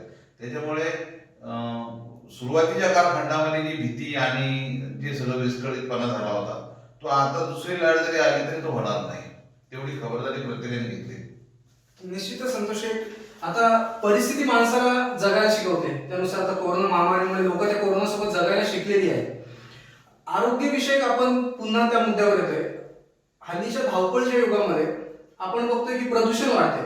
मोठे मोठे बिझनेस मॉडेल उभे राहत आहेत. MIDC असतील किंवा एक्सपोर्ट युनिट असतील, सेल्स प्रकल्प असतील, तिथे मोठ्या प्रमाणात इम्पोर्ट किंवा एक्सपोर्ट करण्यासाठी मोठे मोठे प्रोजेक्ट्स असतात. प्रदूषण होतं, वाहनांची संख्या वाढते किंवा इतर फटाके असतील, सणांमधून प्रदूषण होतं. सर्व गोष्टींमधून जे नदीचं असेल प्रदूषण, वायूचं प्रदूषण असेल, ते सर्व प्रदूषण होतंय. तर ह्या प्रदूषणाचा माणसाच्या आरोग्यावर काय परिणाम होतो किंवा माणसाने त्याच्यासाठी काय काळजी घ्यायला? हजारो वर्षापूर्वी आयुर्वेद शास्त्रामध्ये एक वाक्य सांगितलेलं आहे, जनपद ध्वंस. जनपद म्हणजे काय? जल म्हणजे पाणी, वायू म्हणजे काय? तर वातावरणामध्ये असणारी हवा, देश आणि काल. देश म्हणजे काय? आपण कर्जत महाराष्ट्रामध्ये राहतोय, तो देश झाला. दिल्ली हा वेगळा देश झाला. आणि काल म्हणजे सीझन, म्हणजे आता हेमंत ऋतू. या 4 गोष्टींवरती मुख्यतः आयुष्य हे अवलंबून असतं. जल जर का खराब जर का झालं, म्हणजे इथल्या साध्या पाण्यामध्ये जर का कुठल्याही प्रकारचा जंतू संसर्ग जर का झाला तर मुख्यतः आपल्याला कॉलराची लक्षणं दिसून येतात किंवा जुलाब होणं किंवा कावीळ होणं, ही लक्षणे आपल्याला दिसून येतात. त्यामुळे पाण्यामध्ये कसा संसर्ग होणार नाही किंवा पाण्याचं जलप्रदूषण कसं होणार नाही हे आपल्या हातामध्ये आहे. उदाहरणार्थ आता जर का बघायला जर का गेलं तर पृथ्वी वाचवली गेली पाहिजे. आणि जर का बघायला जर का गेलं तर प्रदूषण जर का वाढलं तर मुख्यतः 99% पृथ्वीचा भाग जो आहे तो पाण्याने व्यापलेला आहे. आपण जे बघतो ते प्रदूषण करत असताना पाण्याचा जो निचरा किंवा पाणी जे आपण साठवतो त्याच्यामध्ये आपण काहीतरी स्वतःकडून प्लास्टिकद्वारे ते पाणी हे करतो. प्लास्टिकचा अवलंब करून प्लास्टिक कुठेही टाकणं आणि त्याद्वारे जर का आपण पाण्याचा जर का अतिशय चांगल्या प्रकारे जर का वापर जर का केला नाही तर जलच आपला जीव घेतल्याशिवाय राहणार नाही. त्यामुळे जल जे आहे म्हणजे जलपदार्थामधला एक पार्ट जो आहे तो जल जो आहे जल जर का आपण जर का चांगल्या प्रकारे जर का संवर्धन जर का केलं पाणी अडवा पाणी जिरवा किंवा शेततळ्यासारखं महाराष्ट्र शासनाद्वारे किंवा केंद्र सरकारद्वारे ज्या योजना आपण राबवल्या होत्या जेणेकरून शेताला किंवा पिण्यासाठी पाण्याचा अवलंब आपण चांगल्या रीतीने केला तसं पाण्याचा योग्य प्रकारे जर का आपण जर का वापर जर का केला नाही तसं निसर्ग जसं आपल्याला देतोय ना तसं निसर्ग आपल्याला घेण्याची तयारी ठेवतो. त्यामुळे आपण असं समजू नये की मी निसर्गाला काबीज केलेला आहे कारण आपली ही खोटी शोकांतिका म्हणता येईल. निसर्गापुढे कोणीही जात नाही. त्यामुळे निसर्गाला आपण साथीने गेलं पाहिजे. त्यामुळे पाण्याचा अतिशय चांगल्या प्रकारे आणि व्यवस्थित आपण वापर केला पाहिजे. दुसरं आहे वायू. म्हणजे आपण जे म्हणतोय की सणासुदीला आपण वायू प्रदूषण किंवा या गोष्टी ध्वनी प्रदूषण केलं नाही पाहिजे. वायूमध्ये जेवढं तुम्ही हे आणाल म्हणजे आता असं होतंय की इलेक्ट्रिक कार्स याचा अवलंब केला जातो. अगोदरच्या वेळेला पेट्रोल किंवा डिझेल कार ह्यामुळे होणारे प्रदूषण होतं किंवा आता आजकाल प्रत्येक जण म्हणते की नाही दिवाळ्यामध्ये फटाके वाजवले गेले नाही पाहिजे. बरोबर आहे पण का नाही वाजवले गेले पाहिजे ह्याचं प्रबोधन समाजामध्ये होणं अपेक्षित आहे. जो कोरोना जो आजार जो आहे तो मुख्यतः श्वसनावरती घाव घालतो. त्यामुळे ह्यामुळे होणारे जे आजार जे आहेत म्हणजे आपण कोरोनाचं उदाहरण घेऊया. त्यामुळे या वायू प्रदूषणामुळे जर का आपण फटाक्याचा परिणाम किंवा फटाक्याचा वापर जर का तात्पुरता किंवा कमी प्रमाणात केला मी हे म्हणणार नाही की आपला सण आहे फटाक्यावर तुम्ही वापरा पण जर का तुम्ही 100 रुपयाचे फटाके जर का वापरत असाल तर त्याच्याऐवजी तुम्ही 10 रुपयाचे फटाके वापरून त्या सणाचं औचित्य तुम्ही राखा. मी हे म्हणत नाही की तुम्ही सणाचं औचित्य राखून कुठल्याही कम्युनिटी किंवा कुठल्याही समाजाप्रती मला काही बोलण्याचा अधिकार नाही पण तेवढ्या कुठे जर का तुम्ही ते प्रयत्न जर का केला तर सण पण साजरा होतो आणि उरलेल्या 90 रुपयाचा तुम्ही तुमच्या स्वतःच्या शरीरासाठी वापर करा. उदाहरणार्थ जे हेल्दी फळं आहेत किंवा पालेभाज्या आहेत किंवा फळभाज्या त्यांचा वापर तुम्ही करा. फटाक्याद्वारे जे का तुम्ही करताय तर तुम्ही तुमच्या पैशाची तुम्ही स्वतः नासाडी करताय आणि वातावरणामध्ये जे वायू प्रदूषण होते त्यामुळे शरीराला त्रास होतोय. त्यामुळे हे जल झालं. दुसरं झालं वायू झालं. सीझन म्हणजे देश म्हणजे आपल्या ठराविक कालावधीमध्ये देश म्हणजे आपल्या महाराष्ट्रामध्ये किंवा कर्जतमध्ये ज्या गोष्टीचं प्रदूषण होणार नाही अशा दृष्टीने जर का तुम्ही जर का प्रयत्न जर का केला तर आपली इथली प्रदेश जो आहे तो आदिवासी प्रबळ प्रदेश आहे आणि हेल्दी प्रदेश आहे. तर अशा हेल्दी प्रदेशामधली सुदृढता आपल्याला राखली गेली पाहिजे किंवा इथला जो हिरवळीचा प्रदेश जो आहे हिरवळीचा प्रदेश राखणं आपल्या हातामध्ये आहे. म्हणजे मी हे आपल्याला सांगू इच्छितो की एक सामाजिक कार्यकर्ते आहेत ते त्यांच्या वयाच्या नुसार झाडं लावतात. म्हणजे समजा 60-65 आहेत तर त्यांच्या वाढदिवसानिमित्ताने ते दर वाढदिवसाला त्यांच्या वयोमानाप्रमाणे 65 झाडं 65 वय त्यांनी गेल्या आठवड्यामध्ये त्यांचा बर्थडे झाला त्यांनी 65 झाडं ती लावतात. फक्त झाडं लावून त्याचा फायदा नाही तर त्याचं संवर्धन कसं केलं पाहिजे. मी भोईर साहेबांच्या एरियामध्ये गेलो होतो तमनातला तर त्यांनी अतिशय चांगल्या प्रकारे तिथल्या आपण हे जे म्हणतो नापीक जमिनीमध्ये अतिशय चांगल्या प्रकारे वृक्षारोपण करून तिथली जमिनीचा पोत कसा सुधारेल आणि त्या ठिकाणी निसर्गाच्या सानिध्यामध्ये राहून माणसाला हेल्दी वातावरणामध्ये कसं जगता येईल त्याचं अतिशय चांगलं उत्तम उदाहरण आपल्याला तमनातच्या आदिवासी पाड्यामध्ये गेल्यानंतर आपल्याला दिसेल. त्यामुळे अतिशय चांगला उपयोग त्यांनी त्या जागेचा आणि त्या गोष्टीचा केला आहे. त्या देशानुसार लागणारे त्या आपल्या प्रदेशानुसार पिकणारी झाडं जी आहेत त्याचा अतिशय चांगल्या प्रकारे उपयोग त्यांनी केला. कुठल्याही प्रकारची शोभेची झाडं त्यांनी लावलेली नाही. वड असेल पिंपळ असेल आंबा असेल चिकू असेल अशा विविध प्रकारच्या झाडांचा त्यांनी वापर करून तिकडची बाग किंवा तिकडचा परिसर सुशोभित करण्याचा प्रयत्न त्यांनी केला आहे. आणि चौथं महत्वाचं म्हणजे देश वायू जलवायू देश आणि काल म्हणजे सीझन नुसार जर का तुम्ही तुमची दिनचर्या आणि ऋतुचर्या जर का बदलली तर अतिशय चांगल्या प्रकारे ह्या दिवाळीच्या माध्यमातून मी आपल्या सर्वांना चांगला संदेश देऊ इच्छितो की जनपद ध्वंस सांगितले जल वायू देश आणि काल याचा जर का चांगला वापर आणि त्याच्याबरोबर आयुर्वेदाचा जर का तुम्ही वापर जर का केला तुमच्या रुटीन ह्याच्यामध्ये व्यवहारामध्ये, तर अतिशय चांगल्या प्रकारे तुम्हाला हेल्दी आयुष्य आणि सुदृढ आयुष्य राखण्यामध्ये मदत होऊ शकेल. मोरे साहेब, मी तुमच्याकडे येतोय. आता आपण वाढतं प्रदूषण तर बघतोच आहे, तर कायद्यामध्ये असं काही प्रोव्हिजन आहे का, प्रदूषण नियंत्रण कायदा असेल किंवा त्याचं कितपत पालन आपल्याकडे केलं जातं आणि सरकारने त्या अनुषंगाने काय नियम अजून त्याच्यात वाढवणं गरजेचं आहे आणि नागरिकांनी कशा प्रकारे पालन करायला? आता आपण एक पाहिलं असेल का जगामध्ये जी अनेक कारण आहेत आजाराची, म्हणजे डायबिटीज होण्याचं, बीपी वाढण्याचं किंवा कॅन्सर वगैरे, तसं एअर पोल्युशन हे एक आता चौथं कारण झालंय सर्वात जास्त डेथ जगातला, म्हणजे ग्लोबल मोठा एक इश्यू झालेला आहे सध्या. म्हणजे जगभरातली जी आकडेवारी आलेली आहे 6.9 मिलियन लोक एअर पोल्युशन मरतात दरवर्षी जगात आणि भारतामधलं 2 मिलियन, म्हणजे ही आकडेवारी मोठी आहे. म्हणजे आता आपण बोलतोय का एखादा अटॅकनी मरतोय, अचानक त्याला काहीतरी शुगर होते किंवा हे होते, तर हा मेडिकलचा जरी पार्ट असला तरी पण हा कायद्यामध्ये जेव्हा कायदा का होतो, एखादी गोष्ट जेव्हा गंभीर होते किंवा लोकांच्या आरोग्याला घातक ठरते तर त्याला प्रतिबंध म्हणून तो कायदा तयार केला जातो. तर ही आकडेवारी आल्यानंतर बाबा हे पोल्युशन थांबलं पाहिजे. मग आपल्यातलं जे पोल्युशन आहे तर 51% जे पोल्युशन आहे इंडस्ट्री पोल्युशन आहे, 27% पोल्युशन तुमचं कुठलं आहे तर तुमचं जे आपण क्रॉप्स असतात, पिकं असतात आणि जे काही पेटून देतो, म्हणजे दिल्लीमध्ये सध्या इश्यू चालू आहे का पंजाब, हरियाणा, गुडगाव या परिसरातली जी शेतकरी आहेत आणि जेव्हा त्यांचं शेतीची कामं संपल्यानंतर तिथला पेंडा वगैरे जे पेटून देतात तर ते जे पोल्युशन आहे दिल्लीमध्ये जातं. मग त्याच्यामध्ये एअर पोल्युशन जो इंडेक्स असतो क्वालिटी, ती दिल्लीत सर्वात बॅड आहे. म्हणजे आपल्याकडे जी आकडेवारी आलेली आहे 2014 पासून तर 19 पर्यंतची, जगातल्या 30 जी शहर आहेत मोठी त्याची खूप एअर पोल्युटेड आहे, म्हणजे खूप मोठं इथं प्रदूषण आहे. त्यातली 20 शहरं भारतातली आहेत. म्हणजे दुर्दैव आहे ते का भारतातल्या जगभरातल्या त्या मोठ्या शहरांमधलं जे पोल्युशन आहे तर मोठ्या संख्येची शहरं ती आपल्या भारतातली आहेत. आणि आता 2019ची जी आकडेवारी आलेली त्यातली 13 अशी सिटीज आहेत तर त्या 13 सिटीज मध्ये सर्वात जास्त पोल्युशन आहे. आता मुंबई आपल्या आसपास आहे, मुंबईमध्ये सुद्धा पोल्युशन आहे. मुंबईचे लोक आता इकडे यायला लागली. आता ह्या पोल्युशन मध्ये काय केलं पाहिजे तर हवा प्रदूषण जे कायदा आहे तो तयार केले 1980-81च्या दरम्यानच तयार केलेला आहे. परंतु आपल्याकडे कुठं काय जो पोल्युशन बोर्ड आहे तर त्याचा फंक्शनिंग प्रॉपर नाही आहे. म्हणजे आता आपण आपला परिसर जो आहे इंडस्ट्री परिसर आहे, ते इंडस्ट्री परिसरामध्ये जसं यांनी सांगितलं जल प्रदूषण मोठ्या प्रमाणात आहे, एअर पोल्युशन मोठ्या प्रमाणात आहे.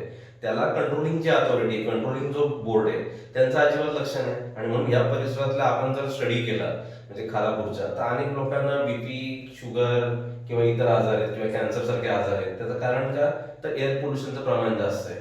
तर मला वाटतं ह्याच्यावर अवेअरनेस झाला पाहिजे, जागृती झाली पाहिजे. कारण ही जागृती ज्या दिवशी होईल ना तेव्हा लोकांना माहिती होईल कशा प्रकारे मेजर करायचं. जसं ते एअर पोल्युशन म्हणजे ते क्वालिटी त्यांनी इंडेक्स तयार केलेला आहे तर दिल्लीमध्ये सर्वात जास्त आहे. मी सुद्धा आता जाऊन आलो तर दिल्लीमध्ये तुम्हाला दुपारी सुद्धा झाडाखाली बसलं तरी दम लागल्यासारखं होतं. तर भविष्यामध्ये ह्या मोठ्या अडचणी तयार होणार आहेत. तर कायदा एकीकडे, कायद्यापेक्षा लोकांनी थोडंसं त्याच्यामध्ये जबाबदारी घेतली पाहिजे. जसं आता असं एक स्टडी समोर आलेलं आहे का ट्रॅफिक जिथं जास्त असते तिथं ट्रॅफिक जिथं लागल्यानंतर त्या गाड्या उभ्या असतात त्या माध्यमातून सुद्धा तुमचं पोल्युशन वाढतं. मग ट्रॅफिक जर जास्त लागली असेल तर गाडी बंद करणं, गाडी बंद करून ठेवणं, अशा काही जर उपाययोजना केल्या नागरिकांनी जबाबदारी म्हणून. कारण आपल्याकडे काय झालंय का फॉरेन कंट्रीजमध्ये त्या देशातले जे नागरिक आहेत का ही देश आणि संपत्ती माझी आहे ही जी फिलिंग्स तयार होते ती आपल्याकडे भारतामध्ये होत नाही. आणि म्हणून आपल्या ह्या प्रॉपर्टीला आपण ते बाबा ही माझी प्रॉपर्टी आहे ही त्याची फिलिंग तयार झालेली आहे. आणि म्हणून तो जो बेजबाबदारपणे जे वागतोय आणि त्याचा परिणाम आता आपण बघतोय का हा एअर पोल्युशनचा एक मोठा इश्यू झालेला आहे. आणि एअर पोल्युशनच्या आता दिल्लीमधल्या अनेक लोकांना तिथे त्यांना ऑक्सिजन विकत घ्यायला लागतंय. म्हणजे आज जर दिल्लीमध्ये ही जर परिस्थिती असेल, उद्या मुंबईमध्ये होणार, उद्या कर्जतमध्ये होणार आहे. तर आपण बघतोय का विकेंडला आज देशभरातले अनेक लोक कर्जतमध्ये येत आहेत. पण कर्जतमध्ये पण सर्वात जास्त जर लोंढा वाढला तर आपल्याला सुद्धा ही अडचण होणार आहे. मग आपण गाड्या वापरत असताना किंवा काही ज्या पोल्युशनच्या ज्या गोष्टी आहेत किंवा आपण बोलतो पारंपरिक पद्धतीचं जे जेवण बनवतो, शेण, लाकडं, हे आपण बंद केलं पाहिजे. गॅस किंवा इतर जी गोष्टी आहेत तर ज्याच्याने पोल्युशन कमी होत आहे याचा वापर केला पाहिजे. तर ह्या गोष्टी प्रत्येक नागरिकाच्या हातामध्ये आहेत. आणि त्यासाठी जागृती केली पाहिजे का खेडोपाडी जी लोक बाबा अशा प्रकारचं जी काही इंधन वापरतात ते वापरू नका, त्याचा तुम्हाला तुमच्या आरोग्यावर सुद्धा परिणाम होतोय. तर ह्या गोष्टीचा आपण मीडिया, तुम्ही पत्रकार लोक आहेत ह्यांनी सुद्धा अशा प्रकारचे कार्यक्रम घेऊन जर याची जनजागृती केली तर कशा प्रकारे जगभरातल्या तुलनेमध्ये आता एक दुसरी एक आकडेवारी आता WHO आलेली आहे का भारतामधले अनेक लोक सिगारेट सुद्धा ओढत नाहीयेत पण तरी सुद्धा 30% त्यांचा लंग्स डॅमेज आहे. का डॅमेज आहे? तर आपल्यातला हवेतलं जे प्रदूषण आहे मोठ्या प्रमाणात आहे. मग आता कोरोनाची लाट आहे, कोरोनाच्या लाटेमध्ये काय लंग्सला इफेक्ट करतं. पण लंग्सला इफेक्ट करत असताना समजा दिल्लीमध्ये का तिथले पेशंट जास्त आहेत, त्याचं कारणच ते, कारण लंग्स कोरोना अटॅक करते आणि एकीकडे एअर पोल्युशन आहे. आणि हीच आकडेवारी अनेक प्रांतामध्ये, आता नॉर्थ इंडियामध्ये आपल्या दीपावली फेस्टिवल निमित्त हे सर्व फायरवर्क्स वगैरे होतं, याचं सुद्धा प्रमाण एअर पोल्युशन मध्ये मोठ्या प्रमाणात आहे. तर आपण सर्वांनी कुठलंही फेस्टिवल असेल तर आता ह्या कोरोनाच्या परिस्थितीचा भान ठेवून आपल्याला कशा प्रकारे म्हणजे एक प्रिव्हेंटिव्ह सर्व हे घेऊन आपण हा फेस्टिवल साजरा केला पाहिजे, असं नागरिकांनी जर जबाबदारी घेतली तर मला वाटतं आपण कोरोना आणि एअर पोल्युशन पासून लांब राहू शकतो. तर कायदा आणि ह्याच्यापेक्षा लोकांनी जे स्वतःचे कर्तव्य जबाबदारी आहेत त्याचं जर मला वाटतं चांगल्या प्रकारचं जर इम्प्लिमेंट केलं तर हा एअर पोल्युशन भविष्यातला जो मोठी समस्या उभी राहणार आहे ती कुठेतरी आपण टाळू शकतो. नक्कीच मोरे साहेब, जोपर्यंत लोक स्वतः जबाबदारीने प्रदूषण नियंत्रित करत नाही तोपर्यंत एखादा कायदा किंवा सरकार सुद्धा काही करू शकत नाही. कायदा हा लोकांसाठीच असतो, हे लोकांनी लक्षात घेऊन प्रदूषणावर नियंत्रण मिळवलं. संतोष शेट्टी तुमच्याकडे येत आहे. कर्जत हे ग्रीन झोन म्हणून ओळखलं जातं. बरेचसे सेलिब्रिटीज असतील किंवा नेते मंडळी असतील किंवा अनेक लोक जे असतील कर्जतला पहिली प्राधान्य देतात ते टुरिस्ट पॉईंट म्हणून. फॅमिली सोबत थोडा वेळ घालवावा म्हणून कर्जतमध्ये फार्म हाऊसवर येतात, कारण कर्जतची हवा ही त्यांना मानवते. प्रदूषण मुक्त शहर हे त्यांना असं वाटतं.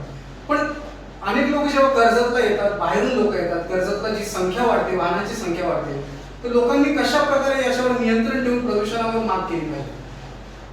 आता कर्जतला मुंबईवाले ज्या वेळेला इकडे जागा घेऊन ज्यावेळेला सेकंड होम म्हणून पसंती देतात, प्रथमतः म्हणजे कर्जत तालुक्यामध्ये इंडस्ट्रीज नाही आणि कर्जत शहरामध्ये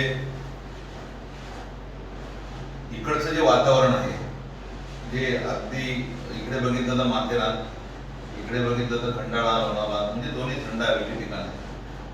आणि कर्जतला टाटा कंपनीचं धरण असल्या कारणाने तिकडची जी नदी आहे ती 12 महिने वाहत असते आणि जवळजवळ कर्जतच्या अर्ध्या भागामध्ये राजनाल्याचं पाणी आल्याच्या नंतर जवळजवळ संपूर्ण शेती ही सुपीक आहे आणि झाडं वगैरे हिरवळ वगैरे मजबूत आहे.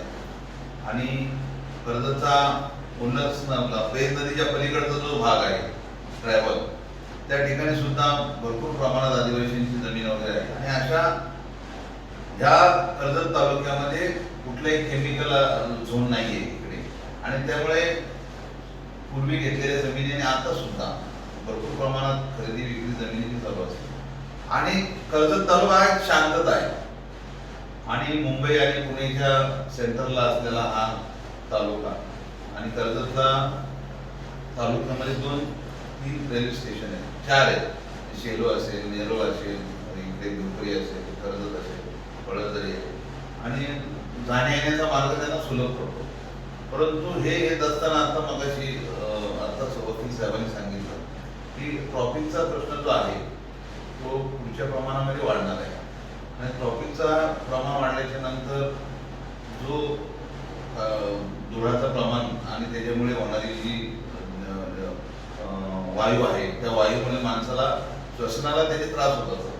परंतु अलीकडच्या प्रमाणामध्ये आताच्या भागामध्ये जर आपण जर बघितलं तर कर्जत तालुक्यामध्ये झाडांची लागवड म्हणजे सर्वच राजकीय पक्षाचे कार्यकर्ते आपापला वाढदिवस साजरा करत असताना सामाजिक संस्थेच्या माध्यमातून किंवा आता मुंबईला एखादा 1 एकर 2 एकर जेव्हा जागा घेतो तो मुंबईवरून त्यावेळेला तिकडे कंटाळलेला असतो शहरामध्ये, इकडे आल्याच्या नंतर त्याची पहिली सुरुवात असते की आपल्या जागेमध्ये झाडं लावणे. आणि आता कर्जतमध्ये आपण जर बघितलं तर हायवेच्या बाजूला भरपूर प्रमाणामध्ये नर्सरी सुद्धा झालेली आहे. पण प्रत्येक जण कर्जत शहराच्यासाठी आणि तालुक्याच्यासाठी म्हणजे सुजलाम सुफलाम कर्जत, आता कर्जतचे रस्ते जर बघितले तर चांगले डेव्हलप झालेले आहेत. त्यामुळे कर्जत तसं बघितलं तर महाराष्ट्रामध्ये एक आवडीचा तालुका, त्यामुळे मुंबईकर आणि पुणेकर हे त्या पद्धतीने पाहिलं जातं. आणि त्यामुळे सर्वच राजकीय पक्षाचे कार्यकर्ते सुद्धा सर्व क्षेत्रामध्ये काम करणारे माणसं म्हणजे उद्योजक वगैरे असतात. तर कर्जतमध्ये कर्जतचं नाव लौकिक करण्यासाठी प्रत्येक जण आपापला प्रयत्न करत असतो. पण भविष्य काळामध्ये कर्जत शहरामध्ये सुद्धा वायू आणि प्रदूषणाची अशी काही लगेच वाट लागेल असं काही होणार नाही, कारण आपल्या इकडे अजून हिरवळ त्या माध्यमातून चांगली आहे. नक्कीच महाराष्ट्र माझाच्या विशेष चर्चासत्रामध्ये आपण आरोग्य विषयक असेल, कोरोना विषय असेल आणि प्रदूषणाच्या आरोग्यावर होणारे परिणाम याच्याविषयी चर्चा केली. विविध क्षेत्रातले मान्यवर डॉक्टर साहेब असतील, वकील साहेब असतील, व्यावसायिक आणि राजकीय क्षेत्रातले संतोष शेठ असतील, यांच्याशी आज आपण चर्चा केली, त्यांचं मत जाणून घेतलं, त्यांच्याकडून काही ज्ञान घेतलं. आमच्या दर्शकांचं आरोग्य हीच आमची संपत्ती आहे. महाराष्ट्र माझाने लक्षात ठेवून महाराष्ट्र माझाने चर्चासत्राचं हे आयोजन केलं होतं. अशाच प्रकारे महाराष्ट्र माझा दरवेळी चर्चासत्रात काही ना काही विषय घेऊन आपल्यासमोर येत राहील. त्यामुळे महाराष्ट्र माझाच्या चॅनलला नक्की सबस्क्राईब करा. आपल्या सर्व दर्शकांसोबत जोडलं जाण्यासाठी आणि आपल्या मित्रांसाठी हा चॅनल शेअर करा, जेणेकरून जास्तीत जास्त लोकांना याचा फायदा होईल. सर्वांचे धन्यवाद. तुम्ही आम्हाला आपला बहुमूल्य वेळ दिला. ताज्या बातम्या आणि नवनवीन अपडेट्स मिळवण्यासाठी आजच महाराष्ट्र माझाच्या यूट्यूब चॅनलला सबस्क्राईब करा आणि बेल आयकॉन दाबायला विसरू नका.